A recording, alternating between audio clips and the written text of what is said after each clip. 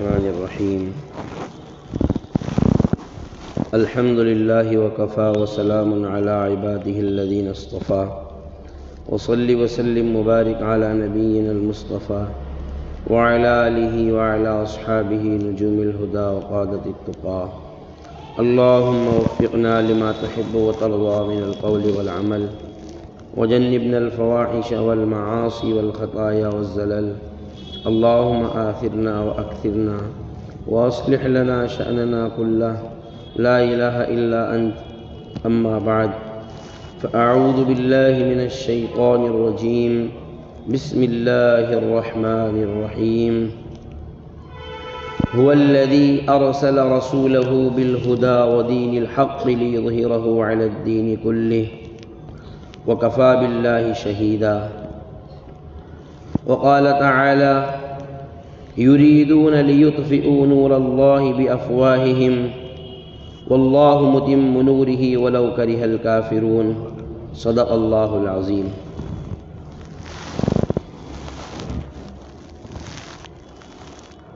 میرے محترم بھائیوں اور بزرگوں، اللہ تبارک و تعالی نے انسانوں کو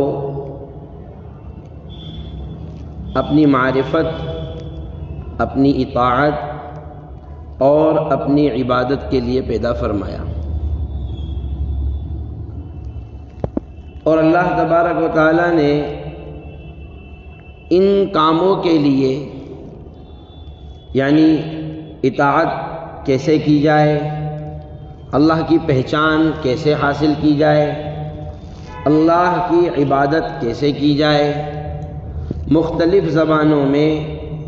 مختلف زمانوں میں، مختلف قوموں کی طرف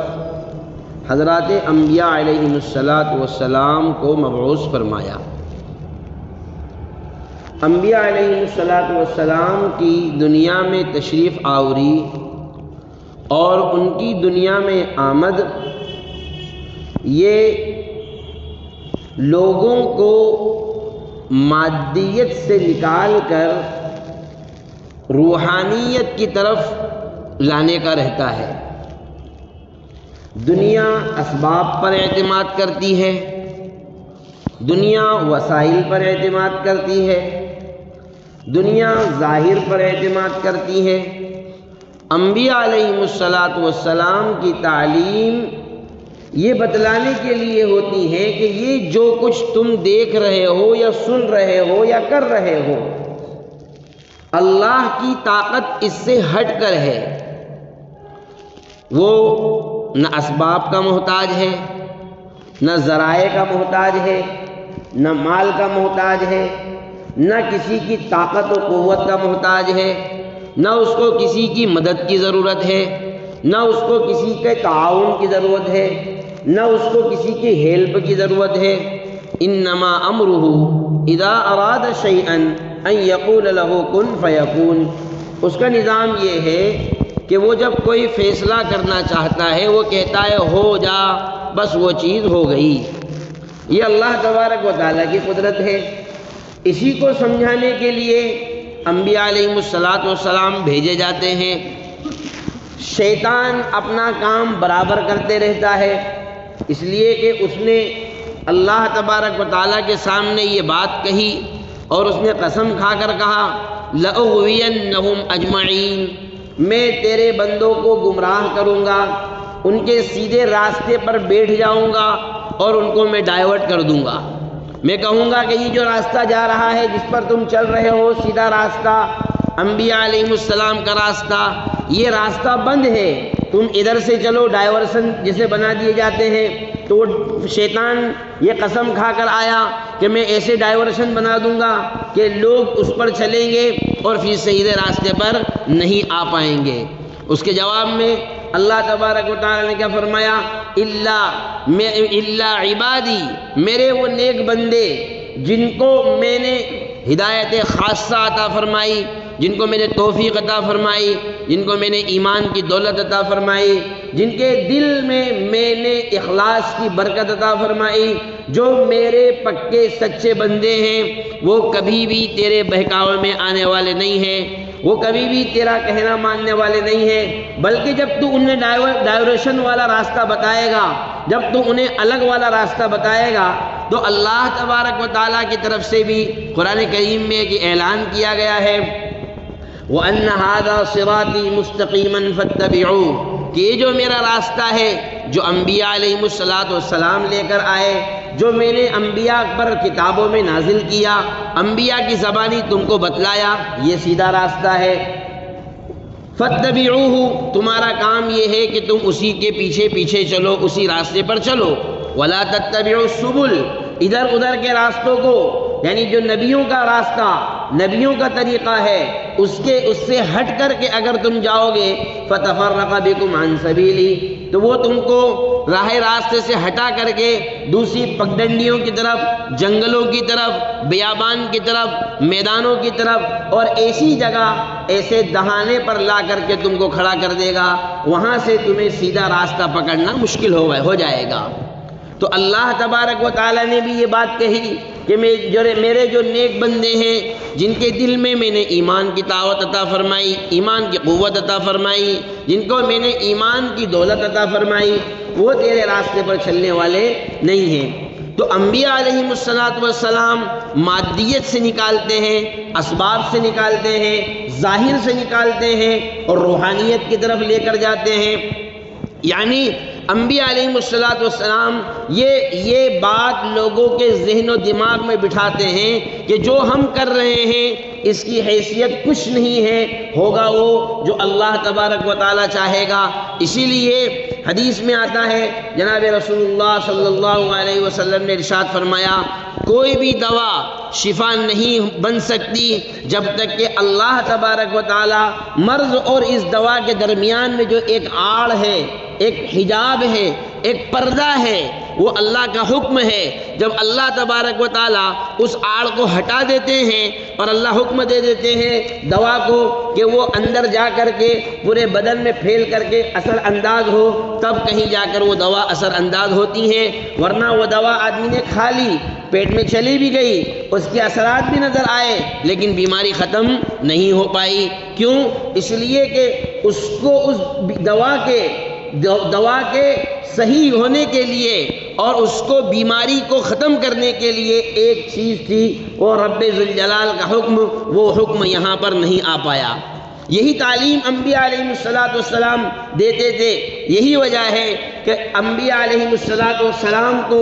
جن لوگوں کا سامنا کرنا پڑا، لوگوں نے انبیاء علیہم السلام کا مقابلہ کیسے کیا؟ مادیت کے ساتھ۔ حضرت نوح علیہ السلام کو کیا کہہ رہے ہیں ان کے قوم کے لوگ؟ وَلَقَدْ أَرْسَلْنَا نُوحًا إِلَىٰ قَوْمِهِ إِنِّي لَكُمْ نَذِيرٌ مُّبِينٌ أَلَّا تَعْبُدُوا إِلَّا اللَّهَ إِنِّي أَخَافُ عَلَيْكُمْ عَذَابَ يَوْمٍ أَلِيمٍ۔ نوح علیہ السلام دعوت دے رہے ہیں تو کیا کہہ رہے ہیں؟ قَالَ الْمَلَأُ مِنْ قَوْمِهِ، ان کے قوم کے جو بڑے سردار، جو بڑے مالدار لوگ مانے جاتے تھے، سردار لوگ مانے جاتے تھے، وہ کیا کہہ رہے ہیں؟ مَا نَرَاكَ، ہم دیکھ رہے ہیں آپ کو کہ آپ کی اتباع کرنے والے لوگ کون ہیں؟ إِلَّا الَّذِينَ هُمْ أَرَاذِلُنَا بَادِيَ الرَّأْيِ، وہ لوگ جو ہم میں کمزور سمجھے جاتے ہیں،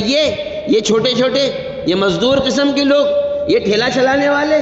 یہ جھوپڑیوں میں رہنے والے، جن کی بات کی کوئی ویلیو نہیں ہے، یہ تمہاری بات مان رہے ہیں اور تم چاہ رہے ہو کہ ہم ان کے ساتھ بیٹھ جائیں، ان کے ساتھ اٹھنا بیٹھنا کر لیں۔ حضرت صالح علیہ السلام نے جب دعوت دی تو کیا کہنے لگے کہ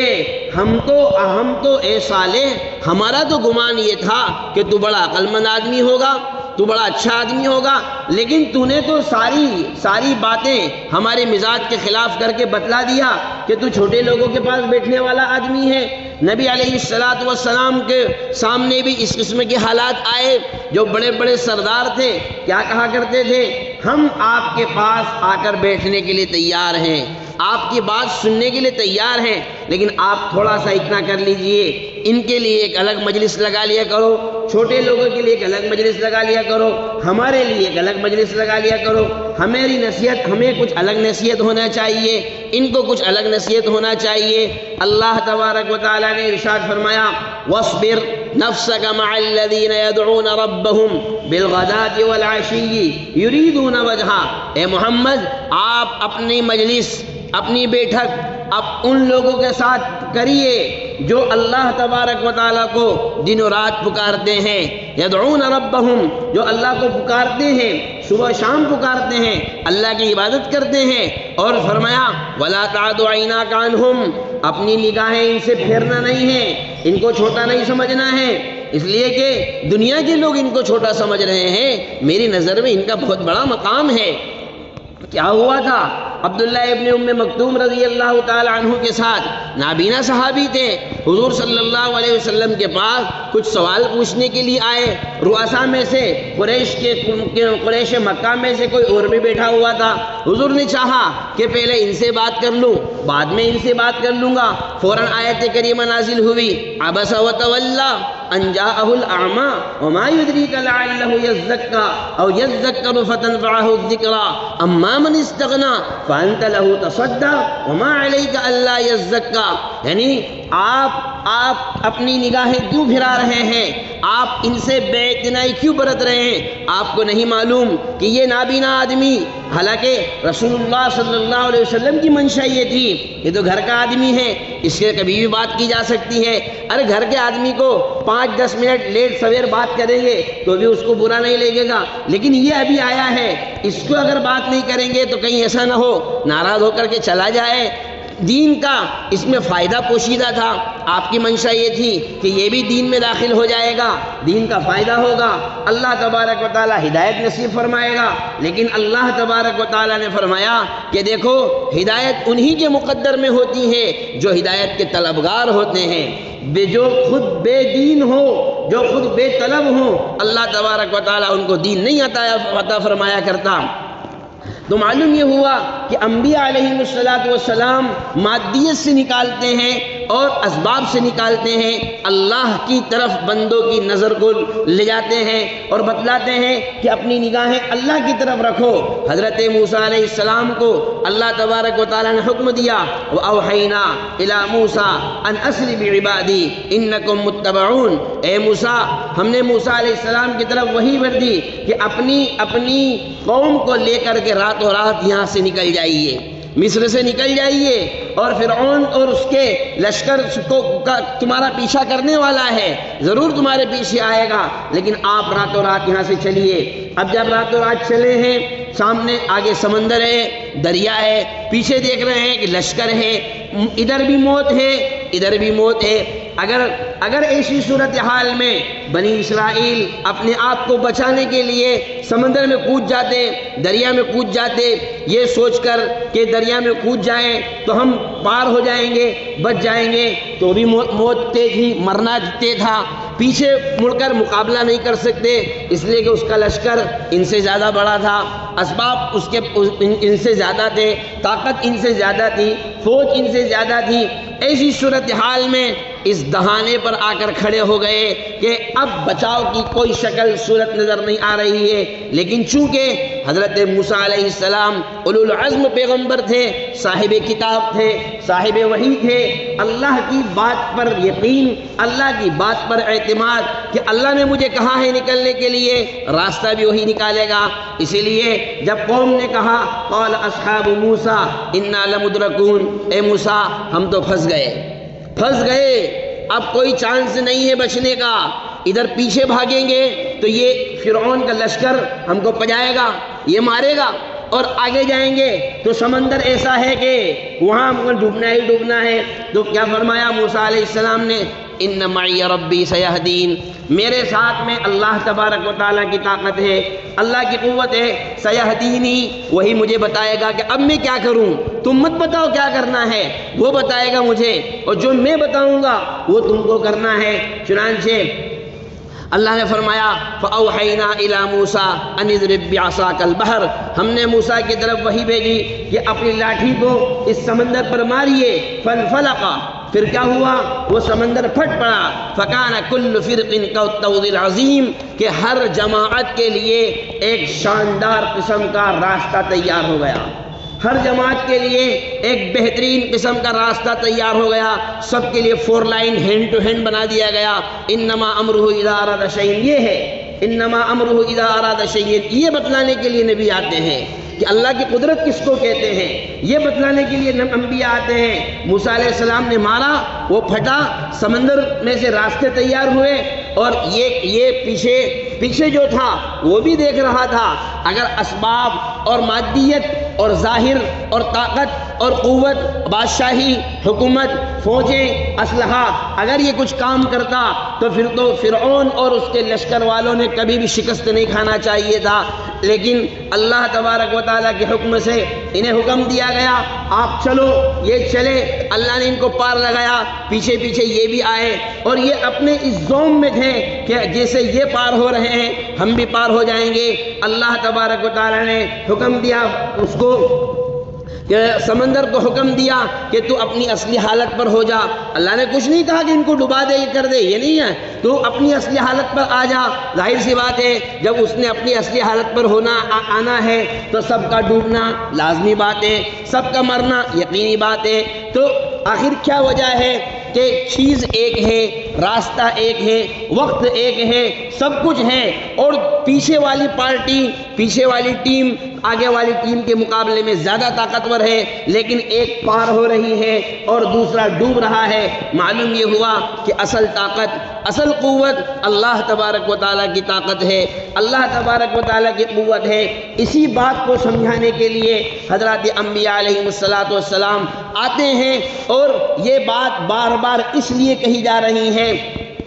کہ دنیا قیامت سے جتنے قریب ہوتی جائے گی اسباب پر اعتماد اتنا زیادہ بڑھتا جائے گا، اللہ کی ذات سے توکل اتنا ختم ہوتے جائے گا، لوگ اسباب کی طرف ایسے بھاگیں گے، مادیت کی طرف ایسے بھاگیں گے کہ دنیا کمانے کو، دنیا اکٹھا کرنے کو، دنیا جمع کرنے کو، دنیا کے پیچھے اپنے وقت کو کھپانے کو، جان مال کے لگانے کو آدمی اپنی زندگی کا مقصد سمجھ لے گا۔ نقصان یہ ہوگا کہ پھر اللہ تبارک و تعالیٰ کے گھر میں آنے کی فرصت ختم ہو جائے گی، اللہ کا نام لینے کی فرصت ختم ہو جائے گی، اللہ کو یاد کرنے کی فرصت ختم ہو جائے گی۔ پھر لوگوں کے پاس اللہ کو نام لینے کے لیے، اللہ کو یاد کرنے کے لیے وقت نہیں بچے گا۔ ہفتے میں جمعے میں ایک آدھ دن آ گئے تو آ گئے، بس وہ بھی 2 رکعت کے لیے آئیں گے، اس کے بعد 2 رکعت پڑھ کے پھر چلے جائیں گے۔ میرے بھائیوں، یہ کیوں پیدا ہوا؟ یہ اس لیے پیدا ہوا کہ انبیاء علیہ السلام کی جو تعلیمات تھیں اس تعلیمات سے کنارہ کشی اختیار کی گئی۔ حضرت جناب محمد رسول اللہ صلی اللہ علیہ وسلم جب دنیا میں تشریف لائے،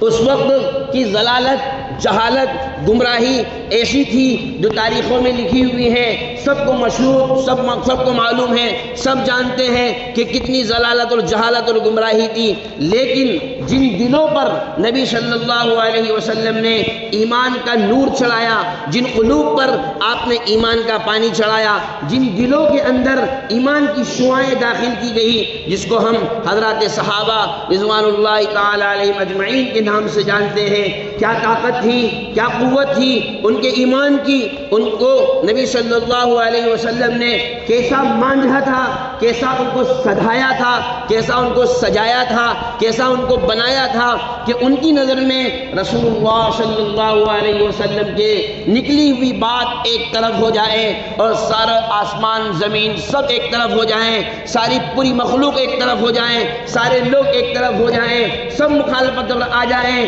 لیکن یہ وہ لوگ تھے جنہوں نے کہہ دیا کہ ہمارے نبی کی زبان سے بات نکلی ہوئی ہے، وہ بات سچی ہے، ہر حال میں وہی ہوگا جو اللہ تبارک و تعالیٰ نے حضرت محمد مصطفیٰ صلی اللہ علیہ وسلم کی زبانی کہلوایا۔ کیا ہوا تھا بدر کے موقع پر؟ اتنی کم تعداد کے باوجود کامیابی کیوں مقدر ہوئی؟ اس لیے کہ اعتماد اللہ تبارک و تعالیٰ کی ذات پر تھا۔ احد میں تھوڑی دیر کے لیے تو ایک شکست ہوئی، تھوڑی دیر کے لیے تو بھگدڑ مچی، کچھ صحابے بھی شہید ہوئے، لیکن پھر جب پھر دوبارہ پلٹوار ہوا ہے اور پھر حوصلہ اور ہمت اور اس کے بعد میں عزم و استقلال کے ساتھ میں جب اللہ کی ذات پر نظر رکھتے ہوئے پھر جب دوبارہ حملہ ہوا، اللہ تبارک و تعالیٰ نے اس ظاہری شکست کو پھر فتح میں تبدیل فرمایا۔ ایسے ایک نہیں، حضرت سعد بن ابی وقاص رضی اللہ تعالی عنہ، دریائے دجلہ پار کرنا ہے، سامنے ایرانیوں کا لشکر، مسلمانوں کا لشکر 60,000، مسلمانوں کا لشکر کتنا؟ 60,000، اور ادھر ایرانیوں کا لشکر لاکھوں کی تعداد میں ہے۔ چنانچہ دریائے دجلہ پار کرنا ہے، اور اس وقت میں دریا بھی دریا ہوا کرتے تھے جو طوفانوں سے ٹکرایا کرتے تھے، اور طوفان اپنے اندر خود ایک طوفان لے کر چلا کرتے تھے۔ ہمارے یہاں کی یہ چھوٹی موٹی ندیاں نہیں کہ جو جولائی اگست میں تو تھوڑا بہت پانی نظر آتا ہے، اور جیسے ہی ستمبر اکتوبر آیا کہ واپس سوکھی پڑ گئی، اور وہ دوبارہ پھر وہ اس کے اندر سوکھا آ گیا۔ وہ ایسے دریا نہیں ہوا کرتے تھے۔ سعد بن ابی وقاص رضی اللہ تعالیٰ عنہ نے کہا اس دریا کو پار تو کرنا ہے، اور ایسے ہی پار کرنا ہے جس کنڈیشن میں ہم ہیں۔ ہمارے پاس کشتیاں نہیں ہیں، جہاز نہیں ہے، کچھ بھی نہیں ہے، لیکن اپنے لشکر کو جمع کیا، اور لشکر کو جمع کرنے کے بعد فرمانے لگے کہ دیکھو، تم میں سے جس کسی نے کبیرہ گناہ کیا ہو، جس کسی نے گناہ کبیرہ کیا ہو، فرمایا وہ توبہ کرے، اس لیے کہ مجھے یہ دریا کے اس پار جانا ہے۔ 60,000 میں سے ایک آدمی بھی ایسا نہیں تھا جو گناہ کبیرہ کا مرتکب ہو، ایک آدمی، 60,000 کے لشکر میں ایک آدمی ایسا نہیں تھا جس نے گناہ کبیرہ کیا ہو۔ 3 لوگوں کے بارے میں شک ہوا، ایک تو عمرو ابن معدی کرب یا مقداد ابن اسود، دونوں میں سے کوئی ایک نام ہے، اور طلیحہ بن خویلد اور قیس ابن مکشوف، ان 3 لوگوں کے بارے میں شک ہوا کہ ان کی جانچ پڑتال کی جائے، اور اس جانچ پڑتال کی وجہ یہ تھی کہ نبی صلی اللہ علیہ وسلم کے وصال کے بعد یہ لوگ جو لوگ مرتد ہوئے تھے ان میں شامل ہو گئے تھے، بعد میں اللہ نے ایمان کی دولت عطا فرمائی، پھر دوبارہ انہوں نے ایمان قبول کیا۔ اس میں سے طلیحہ ابن خویلد جس نے نبوت کا دعویٰ کیا تھا، جس نے نبی ہونے کا دعویٰ کیا تھا، لیکن بعد میں پھر ایمان میں داخل ہو گئے، تو حضرت سعد بن ابی وقاص رضی اللہ تعالی عنہ نے کہا کہ تینوں کی جانچ پڑتال کی جائے۔ یہ کون ہے؟ کہا یہ مشکوک لوگ ہیں، سندگدھ ہیں۔ چنانچہ جب جانچ پڑتال کی گئی تو پتہ چلا کہ اللہ کے سامنے رات میں ان تینوں سے زیادہ رونے والا کوئی نہیں ہے، اللہ کے سامنے دنیا سے بیزاری کا اظہار کرنے والا ان سے زیادہ کوئی نہیں ہے، اللہ کے نام پر مرنے مٹنے والا ان تینوں سے زیادہ کوئی نظر نہیں آتا، اللہ کے نام پر اپنی جان مال کا تحفہ دینے والے، جان مال کا نذرانہ پیش کرنے والے ان تینوں سے زیادہ کوئی نہیں ہے۔ یہ حال تھا کن کا؟ یہ وہ لوگ تھے جو شک کے دائرے میں آ گئے تھے، تو جو لوگ پکے ہی تھے پہلے سے ہی، وہ ان کا ایمان کتنے مضبوط ہوگا؟ جو 60,000 میں ایک آدمی نہیں جو گناہ کبیرہ کا مرتکب ہو۔ یہاں صورتحال یہ ہے، مسجد میں آ کر کے پہلی صف میں بیٹھ کر کے ہم لوگ غیبتیں کرتے ہیں، مسجد میں بیٹھ کر کے نماز کے اوقات میں، اللہ ہم سب کی حفاظت فرمائے، یہ حقیقت ہے ہمارے معاشرے کی، جس معاشرے میں میں اور آپ رہ رہے ہیں اس معاشرے کی یہ مسلمہ حقیقت ہے۔ اس کو تسلیم نہیں کرے تو بھی یہ سچ ہے، اگر اس کو تسلیم کر لے تو بھی یہ سچ ہے۔ مسجد میں بیٹھ کر کے گناہ کبیرہ کا ارتکاب کرتے ہیں، پھر تمنائیں کرتے ہیں بڑی بڑی۔ میرے بھائیوں، تو سعد بن ابی وقاص نے کیا فرمایا؟ اللہ کی مدد چاہتے ہو سب سے پہلا کام یہ کرو کہ گناہ سے توبہ کرو۔ معلوم یہ ہوا کہ اللہ کی مدد شامل حال ہونے کے لیے اس کو تعداد کی ضرورت نہیں ہے، اسباب کی ضرورت نہیں ہے، وسائل کی ضرورت نہیں ہے، وہاں ضرورت ہے دلوں کے تقوی کی، وہاں ضرورت ہے اپنے اندر کی کیفیت کی، اس کو صاف کرنے کی ضرورت ہے۔ وہ اگر صاف ستھری ہوگی، اندر کی کیفیت اگر اچھی اور عمدہ ہوگی، اللہ تبارک و تعالیٰ تمہارے ساتھ اپنی مدد شامل حال کرے گا۔ پھر کیا ہوا؟ پھر یہ ہوا کہ سعد ابن ابی وقاص نے فرمایا بس جب انہیں پتہ چل گیا کہ پورے 60,000 میں ایک بھی آدمی گناہ کبیرہ والا نہیں ہے، کہنے لگے اب گھوڑے ڈال دو۔ اب بلا بے جھجک بنداس، جس کو ہم بولتے ہیں نا کہ بنداس گھوڑے ڈال دو، کہنے لگے اب دنیا کی کوئی طاقت تم کو نہیں ٹکرا سکتی، کوئی طاقت تم کو نہیں ہرا سکتی۔ پھر فرمایا سب سے پہلے پہل کون کرے گا؟ پہل کون کرے گا؟ تو ایک انصاری صحابی ہیں عاصم ابن عمرو انصاری رضی اللہ تعالیٰ عنہ، کہنے لگے کہ میں اس کی شروعات کروں گا۔ فرمایا 60 لوگوں کی ٹولیاں بنائی جائے، 10 جماعتیں بنائی جائے گی، سب سے پہلے 600 لوگ جائیں گے۔ کتنے لوگ؟ 600 لوگ، 60 آدمیوں کی 10 ٹولیاں بنائی جائے گی۔ چنانچہ وہ ٹولیاں بنا دی گئی۔ اب نمبر آیا کودنے کا، تو گھوڑا جو ہے، گھوڑا وہ پانی کا جانور نہیں ہے، تھوڑا بہت تیر لیتا ہے وہ، لیکن وہ پانی کا جانور نہیں ہے۔ اگر طوفان آ جائے تو گھوڑا بھی کچھ نہیں کر سکتا۔ تو اسے طوفان کو دیکھ کر، گھوڑا سمجھدار جانور ہے، جانور بھی سمجھتے ہیں کہ مجھے اپنا بچاؤ کیسے کرنا ہے، تو وہ جھجکنے لگے، بدکنے لگے، اور گھوڑے کو دیکھ کر کے لوگ بھی بدکنے لگے، لوگ بھی بچکنے لگے۔ تو ایک صحابی ہیں، وہ کہنے لگے، عدی، حجر ابن عدی، وہ کہنے لگے اتخافون من هذه النطفہ، کیا تم اس نطفے سے ڈر رہے ہو؟ یہ پانی سے تم گھبرا رہے ہو؟ یاد رکھو اللہ تبارک و تعالیٰ نے جو بات ارشاد فرمائی ہے کہ وما كان لنفس ان تموت الا باذن اللہ کتابا مؤجلا، ہر نفس کو موت آنا ہے، لیکن یہ بات بھی پکی ہے کہ اللہ نے موت کا جو وقت طے کیا ہوا ہے اس کے علاوہ کسی کو موت نہیں آ سکتی ہے، اس لیے تم اس سے ڈرتے ہو۔ تو حجر ابن عدی، انہوں نے اپنا گھوڑا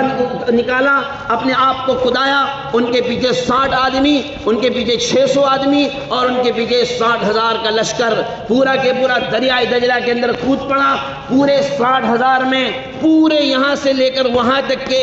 ایک بھی واقعہ ایسا پیش نہیں آیا کہ کوئی ہچکچایا ہو، کوئی گھبرایا ہو۔ صرف دو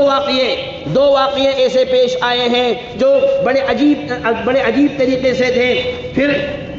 ان کا گھوڑا راستے میں چلتے چلتے، سمندر میں چلتے چلتے، اس دریائے دجلہ میں چلتے چلتے اگر کہیں تھکان ہو جاتی تو بطور اللہ تبارک و تعالیٰ کے معجزے کے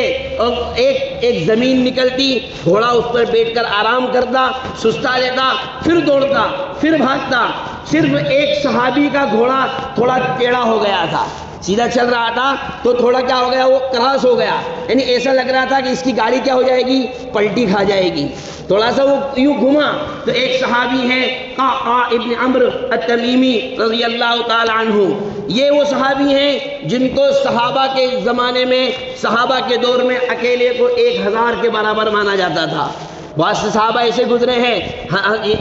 ان میں سے 3 تو یہی ہیں، طلحہ ابن خویلد، قعقاع ابن عمرو تمیمی، عمرو ابن معدی کریب، اور زبیر ابن العوام اور عمرو ابن العاص رضی اللہ تعالی عنہ۔ اور ایسے کئی صحابہ تھے، ایک صحابی کو 1000 کے برابر مانا جاتا تھا کہ یہ اکیلا 1000 کا مقابلہ کرنے کے لیے کافی ہے۔ تو قعقاع ابن عمرو نے وہ جو گھوڑا تھوڑا سا ٹیڑھا ہوا تھا اس کو تھوڑا سا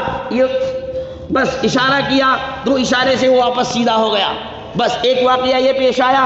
دوسرا واقعہ اس درمیان میں یہ پیش آیا کہ ایک صحابی کا پیالہ جو پیچھے لٹکا ہوا تھا، ان کے پانی کے پینے کا پیالہ ہوگا یا اور برتن تھا، وہ پانی کے بہاؤ سے، اتنا تیز بہاؤ تھا پانی کا کہ وہ جو رسی تھی وہ سب ٹوٹ ٹاٹ گئی اور وہ پیالہ کیا ہو گیا، بہہ گیا۔ تو ساتھ میں دیکھنے والے کہنے لگے کہ ایسا لگتا ہے اس کی نیت میں کھوٹ ہے۔ کیا کہنے لگے؟ اس کی نیت درست معلوم نہیں ہوتی ہے، اسی لیے اس کا پیالہ ٹوٹ کر کے بہہ گیا۔ تو انہوں نے کہنے لگے تم میری نیت کے بارے میں شک کر رہے ہو؟ اللہ تبارک و تعالیٰ کی طرف، آسمان کی طرف اپنی نگاہیں اٹھائی اور کہنے لگے یا اللہ، یہ وہی کہہ سکتے تھے، ہم نہیں کہہ سکتے، اس لیے کہ بے تکلف گفتگو وہی کر سکتا ہے جو محبت اور عشق اور پیار کے اس درجے کو پہنچا ہوا ہو۔ اجنبی آدمی ایسی باتیں نہیں کر سکتا۔ کہنے لگے یا اللہ، اتنے بڑے لشکر میں ایک میرا ہی پیالہ تجھے نظر آیا، میرا ہی ایک پیالہ دکھا اور کسی کا پیالہ نہیں تھا، میرے ساتھی میرے اس پیالے کے جانے کی وجہ سے مجھ پر شک کر رہے ہیں، میری نیت میں تردد ہے، یا اللہ تو جانتا ہے میں خالص تجھے راضی کرنے کے لیے آیا ہوں، اللہم رد الی صواعی، اے اللہ میرے پیالے کو میرے پاس لوٹا دے۔ بس یہ دو واقعے پیش آئے ہیں۔ جب ایرانیوں نے دیکھا کہ یہ لشکر اتنے خطرناک انداز میں دریا کے اندر سے دجلہ کے اندر سے آ رہا ہے تو وہ بھاگے اور چلاتے ہوئے بھاگے، دیواؤ آمدن دیواؤ آمدن، ارے جن آ گئے جن، بھاگو یہاں سے۔ کوئی چپل چھوڑ کے بھاگا، کوئی تلوار چھوڑ کے بھاگا، کوئی سواری چھوڑ کر بھاگا، کوئی سامان چھوڑ کر بھاگا۔ یعنی اگر ہمارے زمانے کا یہ مسئلہ ہو تو بیگ بھی چھوڑ کے بھاگ گئے، موبائل بھی چھوڑ کر بھاگ گئے، سارا سامان سب چھوڑ چھاڑ کے بھاگے اور ان میں مقابلہ کرنے کی طاقت اور قوت ختم ہو گئی۔ چنانچہ وہ صحابی جن کا پیالہ گم ہوا تھا، جن کا پیالہ بہہ گیا تھا اور اللہ سے دعا کی تھی، انہوں نے اور کہا تھا کہ یا اللہ میرا پیالہ لوٹا دے۔ دیکھتے کیا ہے، پانی کا بہاؤ ادھر ہے لیکن ان کے پہنچنے سے پہلے ان کا پیالہ دریا کے اس پار پہنچ چکا تھا۔ یہ نبی علیہ السلام کی وہ تعلیم کہ جس کے لیے انبیاء کو بھیجا جاتا ہے، لوگوں کو بتلاؤ، لوگوں کو سمجھاؤ، اسباب اور مادیت کوئی چیز نہیں ہے، اللہ تبارک و تعالیٰ کی طاقت سب سے بڑی طاقت ہے۔ لوگ تمہیں ڈرائیں گے، لوگ تمہیں دھمکائیں گے، تمہیں بتائیں گے کہ ایسا کر لو نہیں تو تمہارے ساتھ ایسا ہو جائے گا۔ یہ کوئی آج کا واقعہ نہیں ہے، یہ کوئی آج کا واقعہ نہیں ہے، یہ تو شروع سے ہی امتحان چلا آ رہا ہے۔ کبھی مال کے نام پر ڈرایا جاتا ہے، کبھی دکانوں کے نام پر ڈرایا جاتا ہے، کبھی اولاد کے نام پر ڈرایا جاتا ہے، لیکن میرے بھائیوں اہل ایمان کی طاقت اور اہل ایمان کی قوت ان کے دل کی کیفیت کے اندر مضمر اور پوشیدہ ہوتی ہے۔ آج کے حالات جس کا میں اور آپ مظاہرہ کر رہے ہیں کہ کبھی کورونا کی شکل میں، کبھی طوفان کی شکل میں، کبھی اس کی شکل میں، یہ چاہیں گے کہ پوری دنیا کو اپنے قابو میں کر لے۔ یہ کوئی پہلا واقعہ نہیں ہے، اس سے پہلے بھی ایسے ایک نہیں ہزاروں واقعات آئے، لیکن اس وقت میں جو لوگ اپنے ایمان پر قائم رہے، جن کی نگاہیں اللہ تبارک و تعالیٰ پر جمی ہوئی تھی، وہ اس وقت میں بھی محفوظ تھے اور آج بھی، اور جتنا زمانہ اور آگے جاتا جائے گا، دجال کا نکلنے کا زمانہ جتنا قریب ہوتے جائے گا، یاد رکھیے اسباب کے پجاری، اسباب کی پوجا کرنے والے، مادیت کی پوجا کرنے والے، دنیا کے پیچھے بھاگنے والے اور دنیا کو اپنا سب کچھ سمجھنے والے اتنے ہی زیادہ ڈرتے ہوئے نظر آئیں گے۔ اور جن لوگوں کی نگاہیں اللہ رب ذوالجلال پر جمی ہوئی ہوگی، جتنا دنیا میں طوفان آئے گا، جتنے فتنے برپا ہوں گے، تو اہل ایمان ان کے ایمان اتنا زیادہ مضبوط ہوتا چلا جائے گا، انہیں یقین ہوتا چلا جائے گا کہ جس طریقے سے یہ ایک طاقت ہے، یہ ایک قوت ہے، اللہ تبارک و تعالیٰ کی طاقت اور اس کی قوت اس سے زیادہ بڑی ہے، اس کو اسباب کی ضرورت نہیں ہے، وہ کسی کا محتاج نہیں ہے، وہ تنہا جو چاہے وہ کرنے پر قادر ہے اور ہوگا وہی جو اللہ تبارک و تعالیٰ نے چاہا۔ لیکن انبیاء علیہ السلام یہی ذہنیت لوگوں کو کی بنانے کے لیے آتے ہیں، اور انہوں نے یہی ذہنیت لوگوں کی بنائی کہ دیکھو دو کام کر لو، ایک تو گناہوں سے توبہ کر لو، اپنے آپ کو اللہ تبارک و تعالیٰ کے حوالے کر دو، اور دوسرا اسباب اور مادیت سے نگاہیں ہٹاؤ اور یہ کہو ہم اپنے کاروبار کریں گے، منع نہیں ہے، اپنے کاروبار بھی کریں گے، شادی بیاہ بھی کریں گے، دکانیں بھی چلائیں گے، سب کچھ کریں گے، لیکن ہماری نگاہ اللہ تبارک و تعالیٰ پر ہوگی کہ ہوگا وہی جو وہ چاہے گا۔ اگر وہ نہ چاہے تو میرے کاروبار میں برکت نہیں ہو سکتی، وہ نہ چاہے تو میں ہزاروں لاکھوں کروڑوں روپیہ کما کر بھی سکون حاصل نہیں کر سکتا۔ جب ایمان اس کیفیت اور اس معیار پر ہوگا اور جب اس کسوٹی پر پہنچے گا اور ناپنے کے اس آلے کے اندر جب اس کو اتارا جائے گا، پھر آپ دیکھیے پھر ایک نہیں ہزاروں فرعون بھی دنیا میں جنم لے لیں، اور پھر ایک نہیں ہزاروں طاغوت اور ہزاروں نمرود بھی دنیا میں آ جائیں۔ میرے بھائیوں کچھ نہیں ہو سکتا جس دین پر ہم چل رہے ہیں، جس دین کے ہم ماننے والے ہیں، جس دین پر ہمارا ایمان ہے، جس دین کا ہم کلمہ پڑھتے ہیں۔ آج کے نمرود اور آج کی فرعون کیا کریں گے؟ ارے اس دین نے تو اس سے بڑے بڑوں